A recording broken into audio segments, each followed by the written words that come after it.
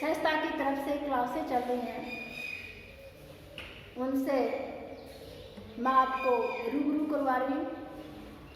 मैं हिंदी की class 10th की जो 10th क्लास के बच्चों के लिए है वो स्टार्ट कर रहे हैं।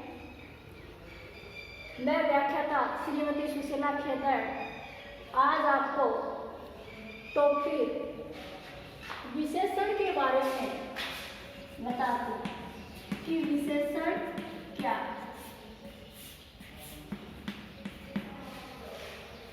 देखो, विशेषण होता है वो संज्ञा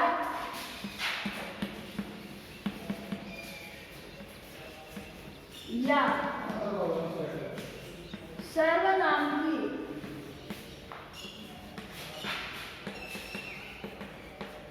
विशेषता को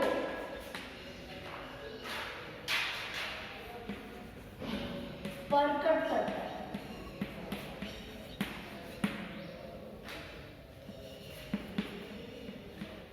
उसे हम विशेषण कहते हैं।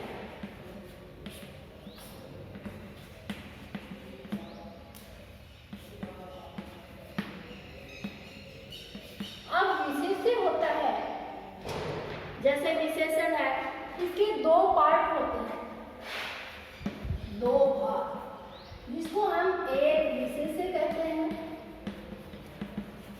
और दूसरा विशेषण कहते हैं।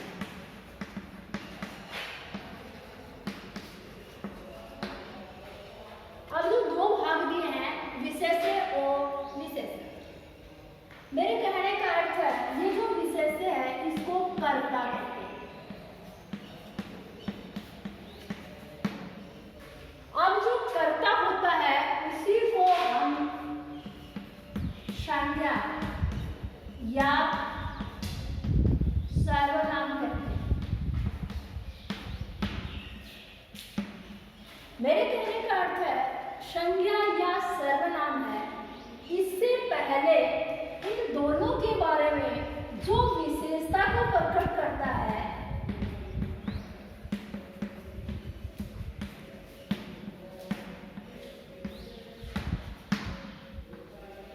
उसे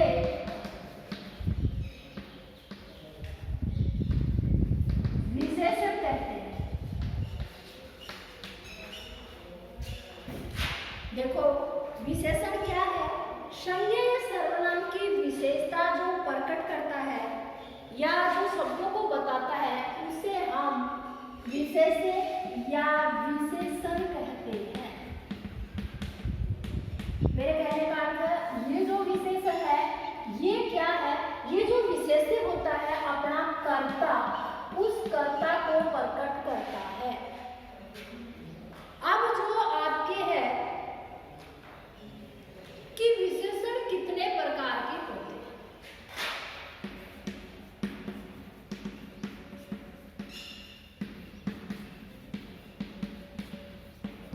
देखो, विशेषण कितने प्रकार के होते हैं। विशेषण है वो अवयवन सार्वभौमिक दृष्टि से अलग मान्य है, लेकिन आपके सिलेबस के अकॉर्डिंग विशेषण है वो 6 प्रकार की होते हैं।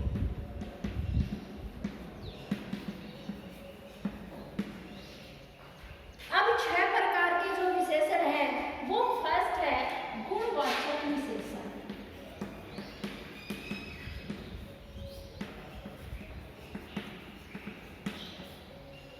दूसरा जो विशेषण है वो होता है संख्यावाचक विशेषण।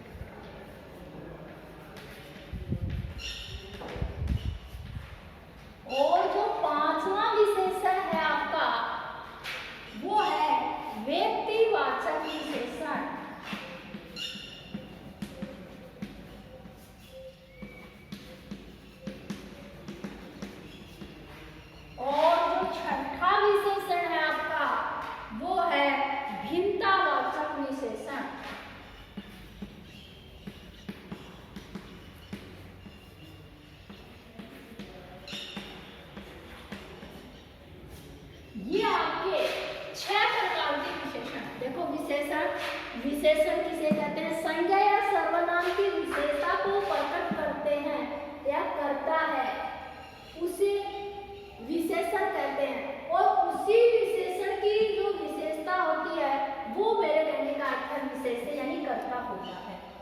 कर्ता होता है वो संज्ञा या सर्वनाम होता है। संज्ञा और सर्वनाम उससे पहले जो शब्द होता है वो उसकी विशेषता को प्रकट करता है। किसकी? संज्ञा या सर्वनाम की विशेषता को प्रकट करता है। जो संज्ञा या सर्वनाम की विशेषता को प्रकट करता है उसको हम क्या कहते हैं? विशेषण कहते हैं। अब बताया कि विशेषण है वो कितने प्रकार के होते हैं। तो विशेषण है वो 6 प्रकार के होते हैं। कौन कौन से? गुणवाचक विशेषण, संख्यावाचक विशेषण, परिमाणवाचक विशेषण, सार्वनामिक विशेषण, व्यक्तिवाचक विशेषण और भिन्नतावाचक विशेषण। तो फर्स्ट आपका गुणवाचक विशेषण कि गुणवाचक विशेषण है वो क्या होता है। तो देखो आगे बढ़ते हैं क्या होता है। यहाँ तक समझ में आया? तो एक बार दोबारा देखिए विशेषण क्या है। संज्ञा या सर्वनाम की जो विशेषता प्रकट करते हैं उसे विशेषण कहते हैं। और जो विशेषण होते हैं वो कहाँ काम करते हैं? ये करते हैं संज्ञा या सर्वनाम से पहले क्या करते हैं? जुड़े होते हैं। ये संज्ञा और सर्वनाम की विशेषता को प्रकट करते हैं, उसके बारे में बताते हैं, उसे हम विशेषण कहते हैं। विशेषण 6 प्रकार के होता है। फर्स्ट है गुणवाचक विशेषण, सेकंड है संख्यावाचक विशेषण, थर्ड है परिमाणवाचक विशेषण, फोर्थ है सार्वनामिक विशेषण और फिफ्थ नंबर पे है व्यक्तिवाचक विशेषण और 6 नंबर पे है भिन्नतावाचक विशेषण। ये है आपके 6 प्रकार के विशेषण। तो मैं आपको आगे बताती हूँ कि गुणवाचक विशेषण क्या होता है।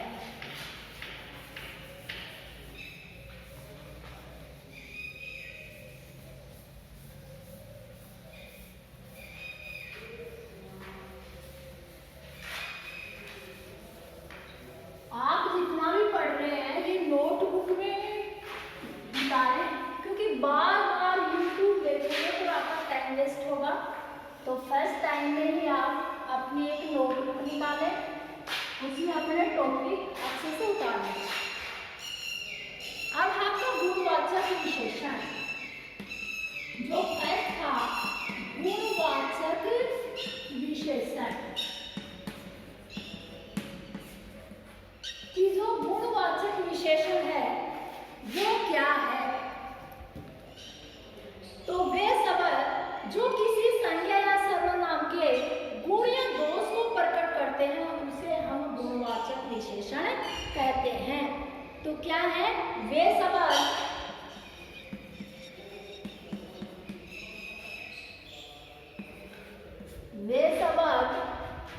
जो किसी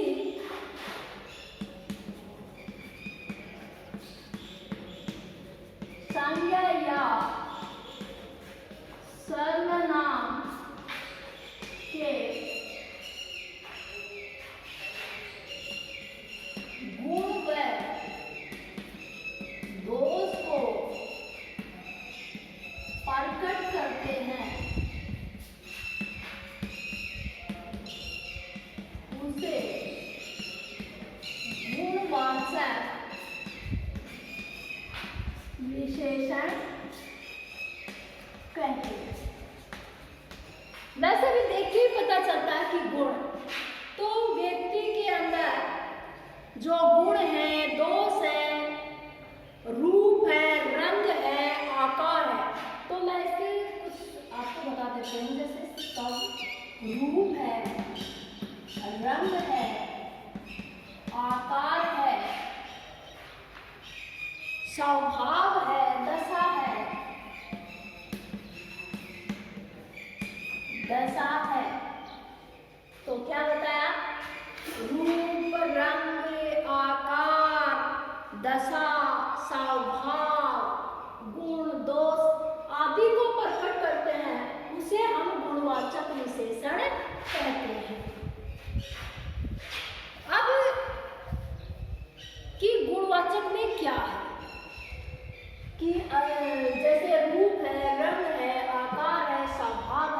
अच्छा है, ये कैसे प्रकट करते हैं? अब हमारे मन बोलते हैं कि वह व्यक्ति बहुत ही अच्छा है। तो क्या अच्छा? उसका स्वभाव अच्छा है, या फिर रूप, रंग, आकार। तो ये सब जो चीजें होती हैं ये गुणवाचक विशेषण के अंदर आती है। अब गुणवाचक विशेषण के बाद में आपका आता है संख्यावाचक विशेषण। दूसरे नंबर में संख्यावाचक विशेषण। संख्यावाचक विशेषण में है कि ये संख्या को प्रकट करता है, जैसे 1, 2, 4, 5 काउंट में होगा। अब होता है कई बार, अगला, उससे अगला, फिर कई बार ये जो मैथ में स्क्वायर होती है, क्यूब होती है, उसके अनुसार भी चलता है कि 2 गुना, 4 गुना, 6 गुना। ये क्या है? संख्यावाचक विशेषण के अंदर आते हैं। तो ये क्या होता है? संख्यावाचक विशेषण संख्या को प्रकट करता है, संख्या को प्रकट करता है। जैसे पहला, दूसरा, तीसरा, चौथा, और जैसे 1,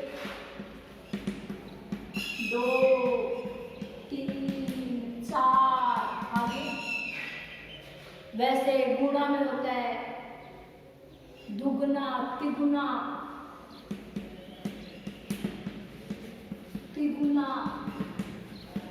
चौगुना। ये सब क्या है? संख्यावाचक विशेषण कहलाते हैं। तो इसमें संख्या को काउंट किया जाता है 1, 2, 3, और फिर इसके बाद में 1, 2, 3, 4 अगला, उससे अगला, मेरे कहने का अर्थ है दुगुना, तिगुना, 4 गुना, 5 गुना। यानी जिस संख्या के बारे में निश्चितता का बोध होता है,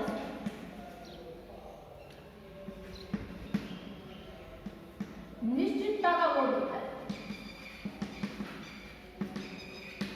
निश्चितता का बोध होता है। कैसे निश्चितता का बोध होता है? कि ये निश्चित ही होती है संख्याएं। अपन बोले कि 1000 व्यक्ति, तो 1000 क्या है? निश्चित है। अपन बोले हजारों, तब कोई निश्चित नहीं है। तो इसमें है संख्यावाचक में संख्याएं होती हैं। अब संख्यावाचक विशेषण के भी 2 भाग होते हैं। वो 2 भाग कैसे? देखो, एक होता है निश्चित और एक होता है अनिश्चित। यानी संख्यावाचक विशेषण के 2 पार्ट होते हैं। कितने पार्ट या 2 भाग बता दिए इसके संख्यावाचक। कौन कौन से?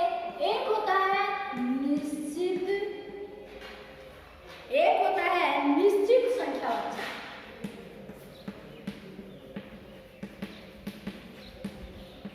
और दूसरा होता है अनिश्चित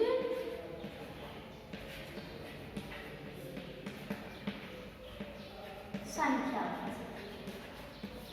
देखो बच्चों, निश्चित क्या होता है? जिसके अंदर अपन बोलते हैं निश्चित ही होता है। जैसे मैं आपको बोलूं कि 510 रुपये, तो मैंने आपको बोला 510 रुपये, तो क्या था? निश्चित था। मैं आपको बोलूं 1020 रुपये, तो 1020 रुपये क्या? निश्चित है। मैं बोलूं, जैसे मैंने लिख दिया 2, मैंने बोला इससे अगला क्या होगा? 3 होगा, तो निश्चित है। 2 के आगे क्या होगा? 3 ही होगा, तो ये भी निश्चित है। अब अपन बोले, जैसे मैंने कह दिया 2, और मैं बोलूं दुगना, तो क्या हो गया? 4 हो गया। 4 का दुगना 8 हो गया। तो यानी कि निश्चित संख्या का जहां बोध होता है, वहां निश्चित संख्यावाचक विशेषण होता है, और जहां निश्चितता का बोध नहीं होता, वहां अनिश्चित संख्यावाचक होता है। इसमें क्या होगा? संख्याएं निश्चित होंगी, और नीचे वाले में अनिश्चित संख्यावाचक में संख्याएं अनिश्चित होंगी।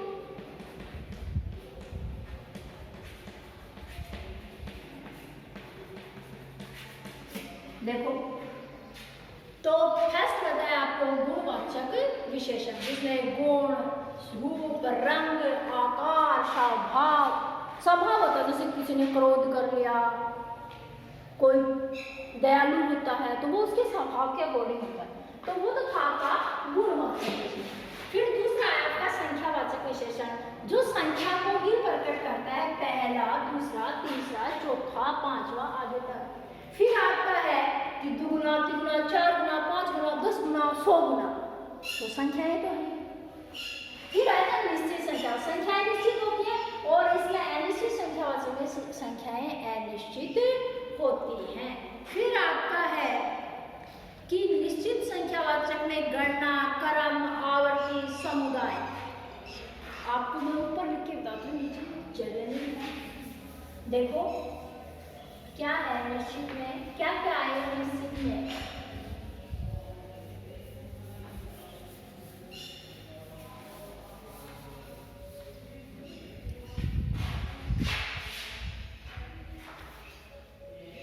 तो जैसे निश्चित में वो कौन सी संख्याएं अपन थोड़ा सा ऐसे होते हैं कि कौन सी संख्याओं को निश्चित करें, कौन सी को नहीं करें। तो जितनी भी गणनाएं होती हैं, गणनाएं का अर्थ है जो चीजें गिनती के अंदर आती हैं, जैसे 1, 2, 3 आगे जितनी भी संख्याएं, तो ये गणनाएं हैं या जो गणना करने योग्य चीजें हैं वो निश्चित में आएंगी। फिर है क्रम, क्रम में है पहला,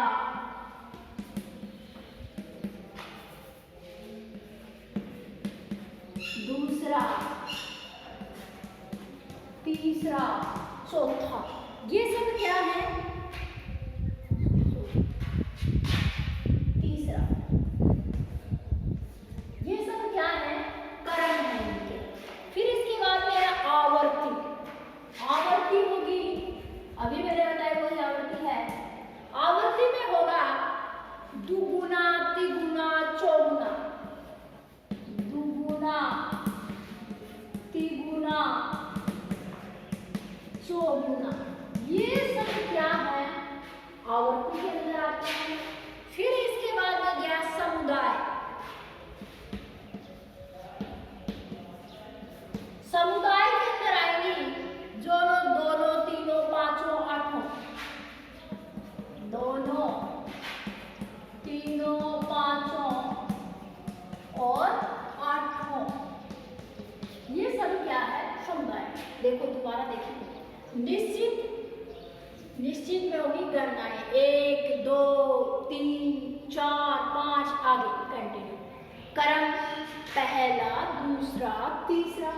फिर आवर्ती होगी दुगुना, तिगुना, चौगुना, 5 गुना, 8 गुना, ऐसे क्या होगा, आवर्ती होगी। समुदाय होगा दोनों, तीनों, पांचों, आठों, 10, जितने भी आपके समुदाय होंगे पूरे समुदाय आएंगे निश्चित के अंदर। फिर होता है आपका अनिश्चित संख्यावाचक, इसमें होता है अनिश्चित में, इसमें कोई चीज निश्चित नहीं होती है, कोई भी संख्या है वो निश्चित नहीं होती, इसमें कोई संख्या निश्चित नहीं होती, अनिश्चित होती है। कैसे, जैसे मैं बताऊं 10, 5 गाय, 50 बैल, 10, 20 गाय,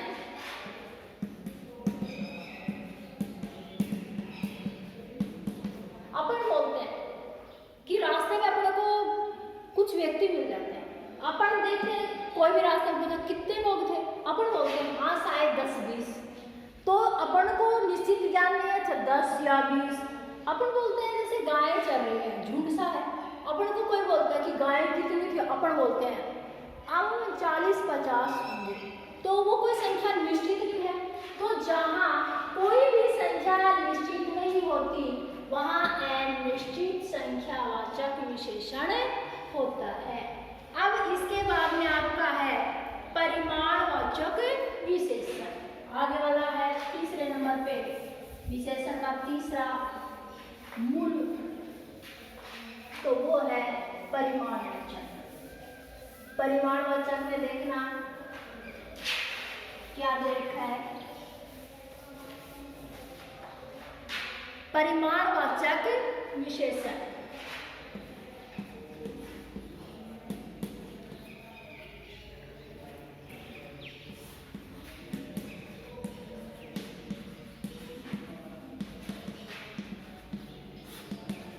परिमाणवाचक विशेषण।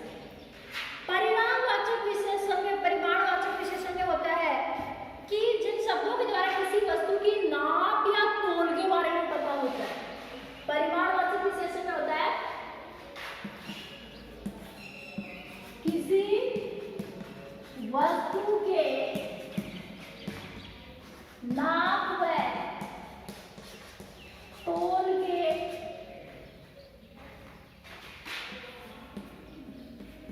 बारे में पता चलता है, उसे अपन परिमाणवाचक विशेषण कहते हैं। अब देखो नाप तोल में किस प्रकार से होता है, इसमें भी जैसे अपन बोलते हैं परिमाण में, जैसे कोई दूध लेके आता है तो दूध को अपन लीटर में नापते हैं तो बोलते हैं 2 लीटर, 5 लीटर, 7 लीटर। तो जो तरल पदार्थ होते हैं उनको अपन किससे नापते हैं? लीटर में। तो अपन बोल देते हैं 2 लीटर, 5 लीटर, 7 लीटर जो है। जैसे अपन कपड़ा लेके आते हैं मार्केट से तो कपड़े को मीटर में नापते हैं तो बोलते हैं कितना कपड़ा? 4 मीटर।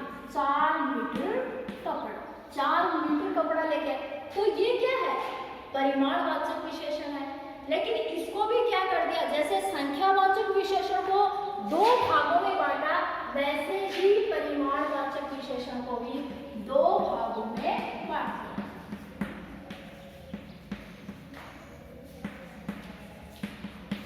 दो भाग कौन से हैं? फर्स्ट है निश्चित परिमाणवाचक। निश्चित परिमाणवाचक।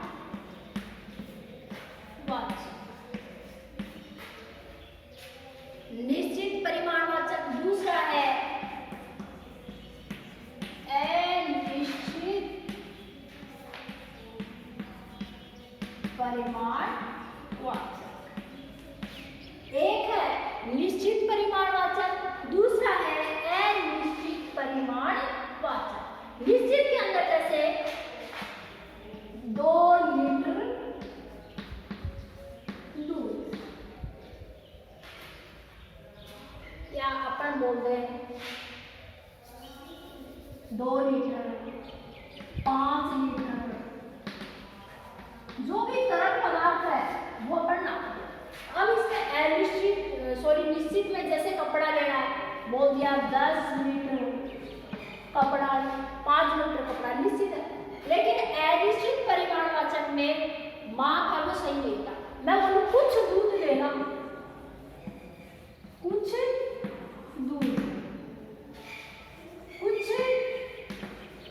पानी, तो पानी की जो मात्रा होती है वो लीटर पैमाने के अकॉर्डिंग होती है। लेकिन इसमें तो नहीं होता कुछ दूध, कुछ पानी, कुछ कपड़ा, तो इस प्रकार से इसकी निश्चितता का बोध नहीं होता है, इसमें निश्चितता का बोध होता है। ये था आपका परिमाणवाचक विशेषण। इसके बाद में है आपके 4 नंबर का टॉपिक सार्वनामिक विशेषण। कि सार्वनामिक विशेषण क्या होता है, देखो क्या होता है।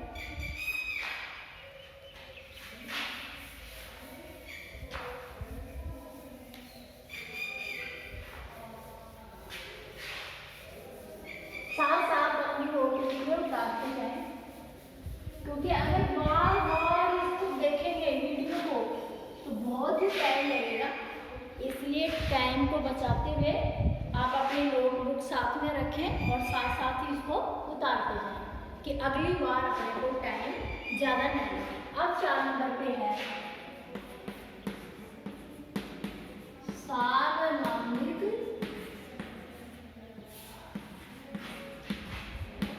विशेषण। सार्वनामिक विशेषण में क्या होता है? ये जो विशेषण होता है ये संज्ञा और सर्वनाम से पहले उसकी विशेषता को प्रकट करता है, उसको बोलते हैं सार्वनामिक विशेषण। सार्वनामिक विशेषण देखो, जैसे मैं बोलूं ये है लड़का,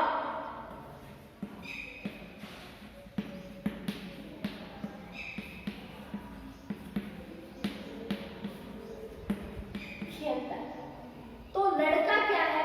संज्ञा है। लड़का क्या है? संज्ञा है। और यह शब्द इससे पहले आ गया, संज्ञा से पहले, यानी संज्ञा से पहले आने पर ये क्या है? संज्ञा की भी विशेषता को प्रकट कर रहा है, इसलिए क्या हो गया? सार्वनामिक विशेषण हो गया।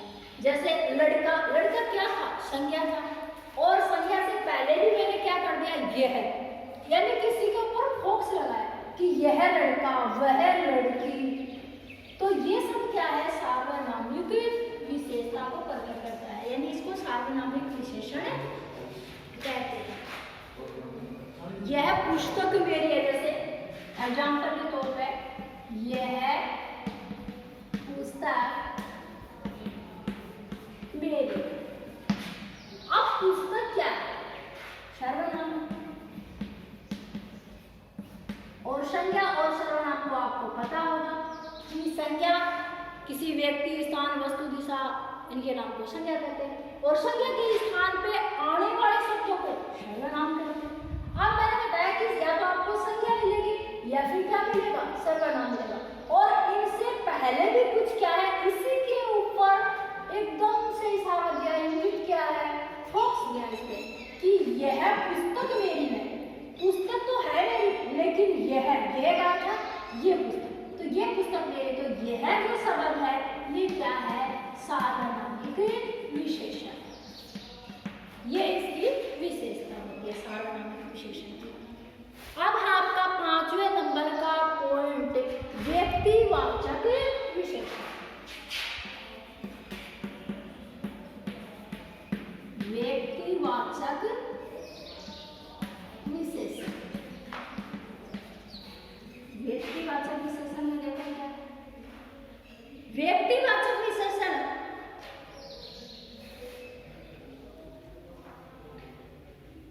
तो देखो, व्यक्तिवाचक संज्ञाओं से बनकर दूसरी किसी संज्ञा या सर्वनाम की विशेषता प्रकट करते हैं। जैसे ये होता है, अब अपन बोलते हैं कि किसी चीज का नाम जो होता है वो पर्सनल चीज होती है, उसको बोलते हैं व्यक्तिवाचक। यानी कि संज्ञा और सर्वनाम के ऊपर इसने दे दिया कि बनकर दूसरे किसी संज्ञा या सर्वनाम की विशेषता को बताते हैं। व्यक्तिवाचक होते हैं संज्ञा या सर्वनाम से किसी दूसरी चीज की विशेषता प्रकट करते हैं। जैसे मैं बोलूं पंखा, लेकिन यदि पंखे से पहले उसका नाम प्रकट कर दिया जाए तो वो होता है व्यक्तिवाचक विशेषण, यानी किसी एक ही चीज के लिए ये बताया गया है।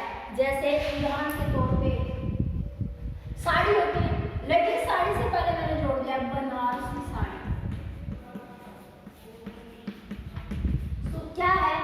ये क्या है? नाम देते। साड़ी तो थी, पर साड़ी से पहले उसको किसी नाम से दे दिया, तो ये क्या होगा? व्यक्तिवाचक विशेषण। जैसे हम बोलते हैं किसी शहर का नाम, और शहर के नाम के साथ में यदि उस शहर का अपन नाम लिख देते हैं, जैसे जयपुर शहर, दिल्ली, तो ये जो दिल्ली, मुंबई, अपना सूरजगढ़ है छोटा, लेकिन है तो किसी चीज को प्रकट कर रहा नाम को, तो वहां ये जो चीजें होती हैं ये व्यक्तिवाचक विशेषण के अंदर आते हैं। व्यक्तिवाचक विशेषण के बाद में अपन लेते हैं भिन्नतावाचक विशेषण। ये भिन्नतावाचक विशेषण है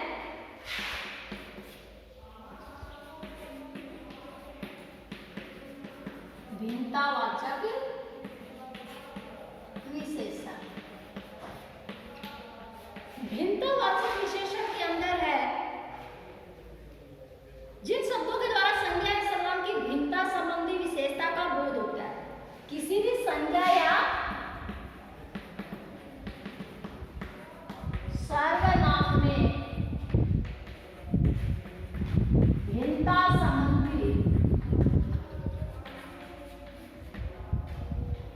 संज्ञा सर्वनाम में भिन्नता संबंधित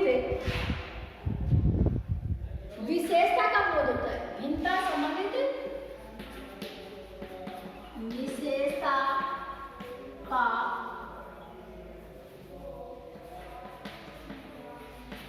बोध होता है तो उसको बोलते हैं भिन्नतावाचक विशेषण। अमूमन ये आपके वैसे पूछा नहीं जाता है, ये भिन्नता को प्रकट करता है, तो ये आपके सिलेबस में थोड़ा हटके है, ये नहीं आता आपके वैसे आपके जो पीछे बताया था। तो सबसे इम्पोर्टेंट है वो आपका है सार्वनामिक विशेषण।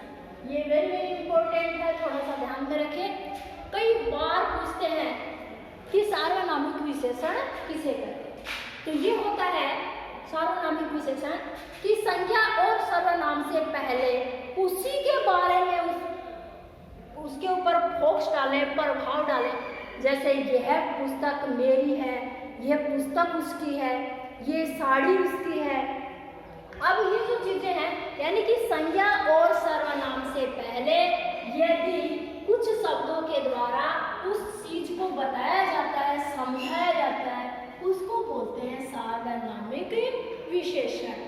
अब ये तो थे आपके विशेषण के प्रकार कि विशेषण कितने प्रकार के होते हैं।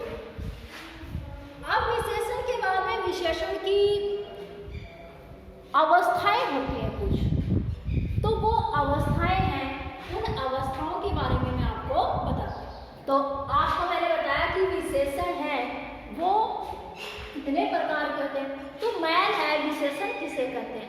संज्ञा या सर्वनाम की जो विशेषता को प्रकट करता है उसे विशेषण कहते हैं। विशेषण क्या है,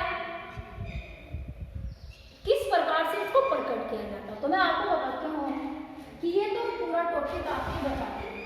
अब विशेषण 6 प्रकार के होता है। व्यक्तिवाचक विशेषण, जातिवाचक विशेषण, संख्यावाचक, गुणवाचक, परिमाणवाचक, भिन्नतावाचक, सार्वनामिक। तो इस प्रकार करके आपके 6 प्रकार के विशेषण बताए गए। अब विशेषण के बाद में जो बीच बीच में पार्ट आए जैसे संख्यावाचक विशेषण क्या है, निश्चित संख्यावाचक विशेषण, फिर दूसरा है आपका अनिश्चित संख्यावाचक विशेषण। निश्चित में निश्चितता का बोध होता है, अनिश्चित में अनिश्चितता का बोध होता है, उसमें कोई निश्चित नहीं होता। परिमाणवाचक में वही होता है, 2 प्रकार के हैं। तो 2 भाग किस किस के हैं, मैंने तो ये आपको याद रखना। एक तो होता है परिमाणवाचक का और एक दूसरा है 2 भाग संख्यावाचक के। उसमें निश्चित और अनिश्चित 2 पार्ट दे रखे। तो ये आपके हैं विशेषण के 6 भाग। अब मैं आपको इसके बारे में थोड़ा सा बेसिक बताती हूँ। आपका ये विशेषण किसे कहते हैं, विशेषण कितने प्रकार के होते हैं, ये तो हो गया कंप्लीट। अब आपको बताऊँ इसी के बारे में कुछ क्वेश्चन करती हूँ।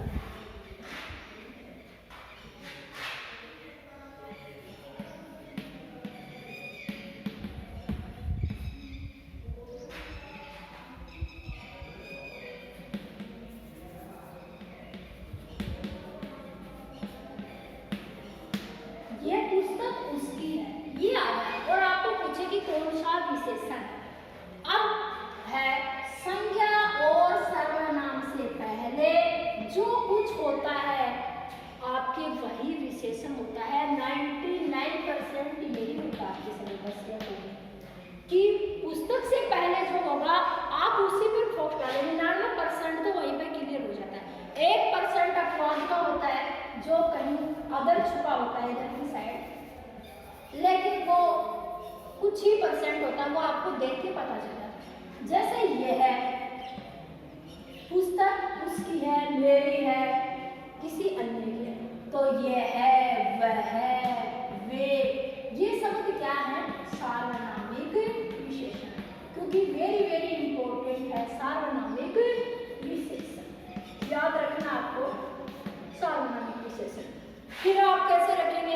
कि दूसरा मैंने बताया संख्यावाचक विशेषण, संख्यावाचक विशेषण। संख्यावाचक में ध्यान रखना दो पार्ट थे, फर्स्ट था निश्चित संख्यावाचक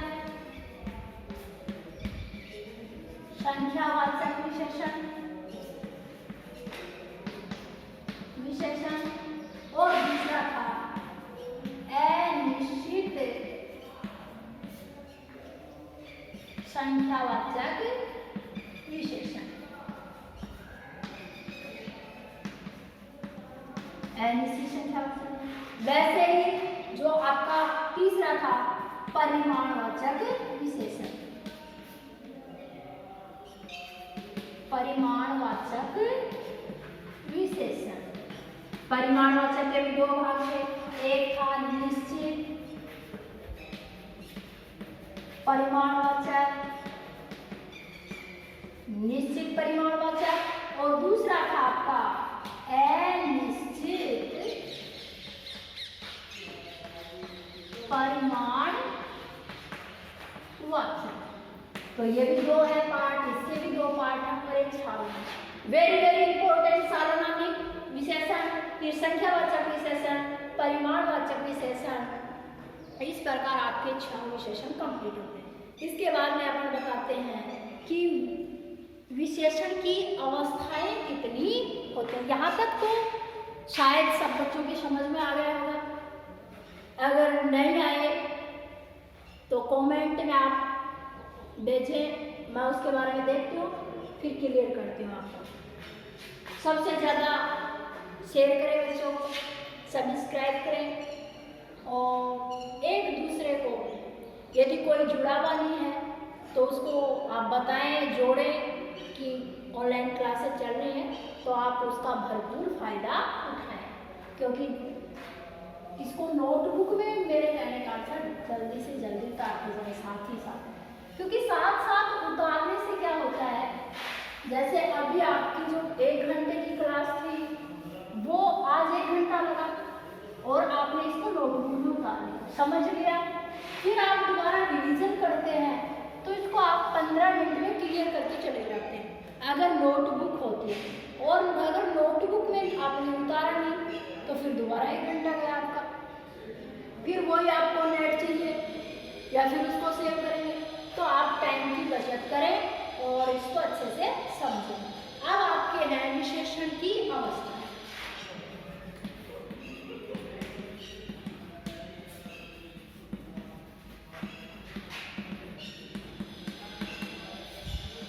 विशेषण की अवस्था यानी कि कौन कौन सी इसकी अवस्थाएं हैं विशेषण की। तो वो पहले वाले तो थे बेटे, विशेषण किसे कहते हैं, फिर विशेषण कितने प्रकार के होते थे, 6 प्रकार के विशेषण की परिभाषा क्लियर करके देखते हैं।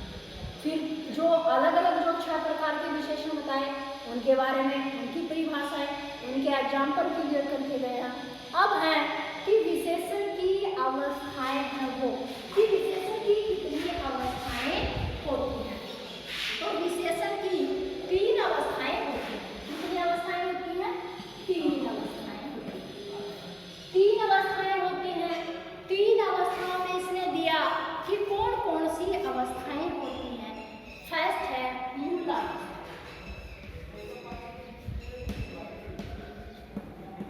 मूलावस्था। दूसरी है मूलावस्था होती है मूल जो चीज होती है वो मूलावस्था। दूसरी है उत्तरावस्था। उत्तरावस्था और तीसरी है आपकी उत्तमावस्था।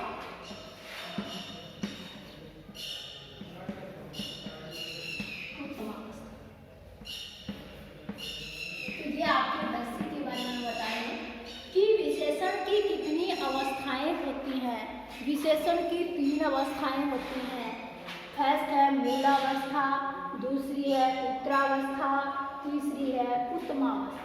मूल अवस्था होती है वो होती है जैसे श्रेष्ठ,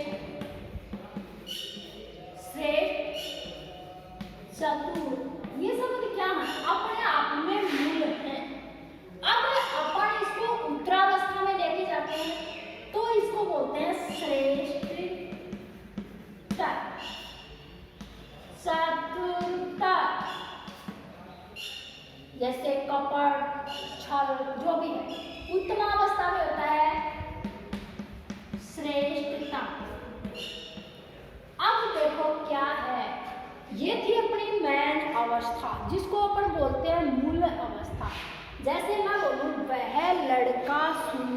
है वह लड़की सुंदर है।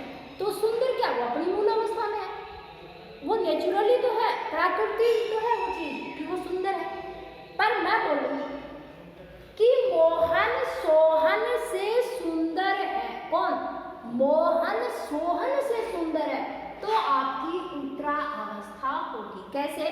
क्योंकि मैंने जो सुंदरता, श्रेष्ठता, चतुरता जो कंपेयर की है वो किसके साथ की? दो के साथ। और मेरे कहने का अर्थ है जहां दो में से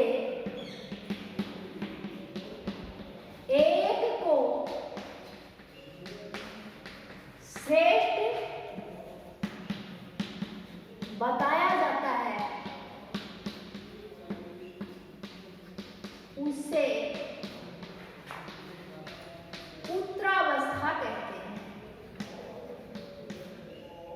उत्तरावस्था कहते हैं। देखो आपका जो 10th क्लास में 9th क्लास में आपके पढ़ते लेसन्स करके दो, एक है तरफ पढ़ते, एक है तमक पढ़ते। तो जो तरफ पढ़ते हैं वो आपकी पंचमी विभक्ति को इंगित करता है। पंचमी विभक्ति यानी कि पंचमी विभक्ति में है कि दो में से एक को श्रेष्ठ बताया जाता है। दो में से एक को श्रेष्ठ बताया जाता है, वहां क्या होता है? उत्तरावस्था होती है। तो दो में से एक को श्रेष्ठ बताया तो क्या है? उत्तरावस्था है। और उत्तमावस्था है बहुतों में से एक को श्रेष्ठ बताया जाता है, तो उसे उत्तमावस्था कहते हैं। इसके अंदर संस्कृत का जो तमक पढ़ते होता है वो काम करता है, क्योंकि वो होता है सप्तमी और षष्ठी विभक्ति का, उसमें होता है तमक पढ़ते, और तमक पढ़ते का तम शेष रहता है, और वो क्या होता है? बहुतों में से एक को श्रेष्ठ बताता है। यहाँ मैं बोलूं कि सोहन या मोहन सबसे सुंदर है, तो ये कौन सी अवस्था होगी? उत्तमावस्था होगी। और मैं बोलूं कि मोहन सोहन से सुंदर है, तो कौन सी अवस्था है? उत्तरावस्था है। और मैं बोलूं कि मोहन सुंदर है, तो कौन सी अवस्था है? मूला अवस्था है। तो ये आपके थे विशेषण। तो विशेषण पूरा मैंने क्लियर किया। विशेषण किसे कहते हैं, विशेषण के कितने भाग होते हैं, उनके बारे में परिचय करवाया है, फिर उसके बारे में डिटेल बता दी। अब जो विशेषण की अवस्थाएं वो तीन बताई है, मूलावस्था, उत्तरावस्था और उत्तमावस्था। मूलावस्था मूल अवस्था होती है जिसमें होता है वह सुंदर है, वह गोरा है, तो क्या है? एक ही चीज के बारे में मूल अवस्था होता है। दूसरा, दो में से एक को जहां श्रेष्ठ बताया जाएगा वहां उत्तरावस्था होगी, और जहां बहुतों में से एक को श्रेष्ठ बताया जाता है वहां उत्तमा अवस्था होती है। तो ये आपका टॉपिक विशेषण क्लियर होता है। तो सबसे ज़्यादा आप सब्सक्राइब करें, शेयर करें और नोटबुक में इसको उतारें, तो आपका ज़्यादा टाइम खराब न हो। और कल अगली क्लास होगी, वो कल बताते हैं आपका कौन सा टॉपिक होगा इसी समय पर। तब के लिए जय हिंद, जय भारत।